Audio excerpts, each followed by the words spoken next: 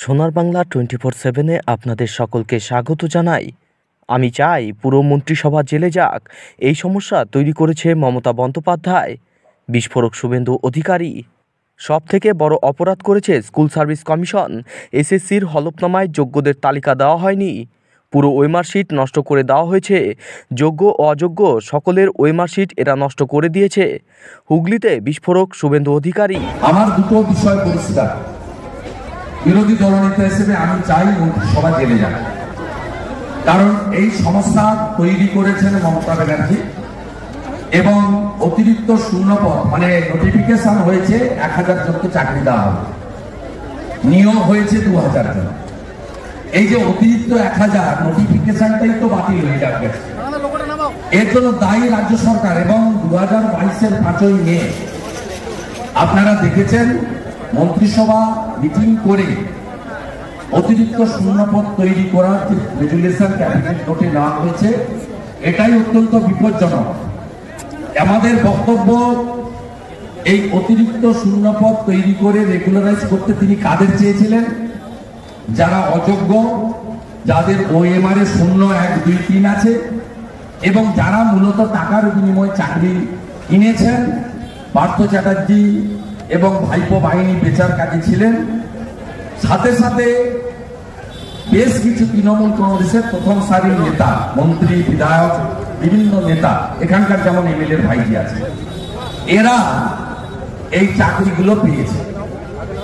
এবং সবচেয়ে বড় অপরাধ স্কুল সার্ভিস কমিশন করেছে। হাইকোর্টের ডিভিশন বেঞ্চের জাজমেন্টের প্যারা 242 যোগ্য যাদের চাকরি গেছে তাদের এবং তাদের পরিবারের জ্ঞাতার্থে জানাচ্ছে। দায়ী কে? বিরোধীরা দায়ী নয়, বিজেপি আমাদের কোনো রোল নেই, লয়াররাও দায়ী নয়, প্রত্যেকেই অযোগ্য অবৈধ নিয়োগের বিরোধিতা করার জন্য লড়েছে। আপনাদের বিরোধিতা কেউ করেনি, কালকেও করবে না, আজকেও করছে। এবং আমাদের সহানুভূতি আপনাদের সঙ্গে আছে, ভবিষ্যতেও থাকবে। আমাদের পক্ষ থেকে যে যারা লয়ার, তারাও কখনো বলবে না যোগ্যদেরকে বাতিল করুন, আপনি নিশ্চিন্ত থাকুন। কিন্তু 242 প্যারাতে দেখবেন যে তৃণমূলের নেতা বা এসএসসি চেয়ারম্যান প্রেস কনফারেন্স করে বলছেন, আমরা তো যোগ্যদের তালিকা দিয়েছিলাম। ভারবেলি বলছেন 242 প্যারাতে দেখবেন রাজ্য সরকারের এসএসসির হলফনামাতে যোগ্যদের তালিকা দেওয়া হয়নি।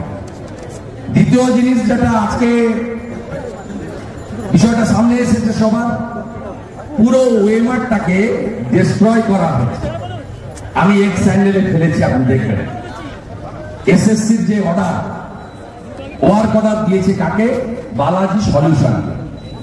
বালাজি সলিউশনের মালিকের নাম রঞ্জিত গুপ্ত, ইনি বিল্ডিং বানান, কনস্ট্রাকশন কোম্পানি।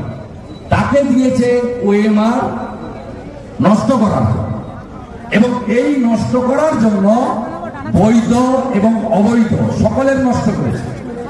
এবং কালীঘাটের তথাকথিত কাকু এবং ব্যানার্জি পরিবারের যে কোম্পানি লিভস অ্যান্ড বাউন্সের সিও, তিনি তার ভয়েস রেকর্ড যেটা মিডিয়ার মাধ্যমে সামনে এসেছে বা কোর্টে রিপোর্টে এসেছে, আপনারাই পাবলিশ করেছেন, আপনাদের মাধ্যমে আমি জেনেছি, তাতে কালীঘাটের কাকু সবাইকে নির্দেশ দিয়েছিল যে যা যা এভিডেন্স আছে মোবাইল ফোনে মুছে ফেলো।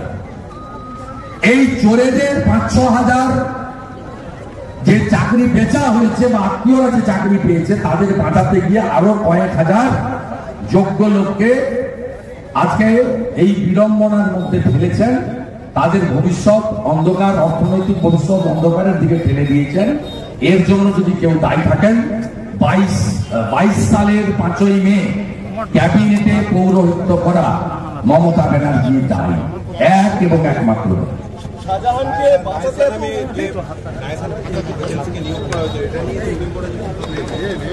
আমি সুপ্রিম কোর্টের অবজারভেশন ইন্টারাকশনে বলবো না, অর্ডার কোশ্চেন আমি বলে দিই চলে। আমি অলরেডি এক্স হ্যান্ডেলে দিয়ে দিয়েছি, আপনি দেখবেন এসএসসির পক্ষ থেকে বালাজি সলিউশন, তার মালিকের নাম তো লেখা নেই, আমি বলে দিলাম রঞ্জিত গুপ্তা, বিল্ডিং বানায়, তাকে দিয়েছে ওএমআর ডিস্ট্রয় করার জন্য। কি ধরনের heinous crime organised by the state government, এটা মমতা ব্যানার্জির ইনস্ট্রাকশন ছাড়া হতে পারে না। আমি কয়েক বছর মন্ত্রী ছিলাম, আমি জানি অল আর ল্যাম্প পোস্ট, সব জিনিসের সিদ্ধান্ত একমাত্র মুখ্যমন্ত্রী নেবেন, তা হতে পারে না।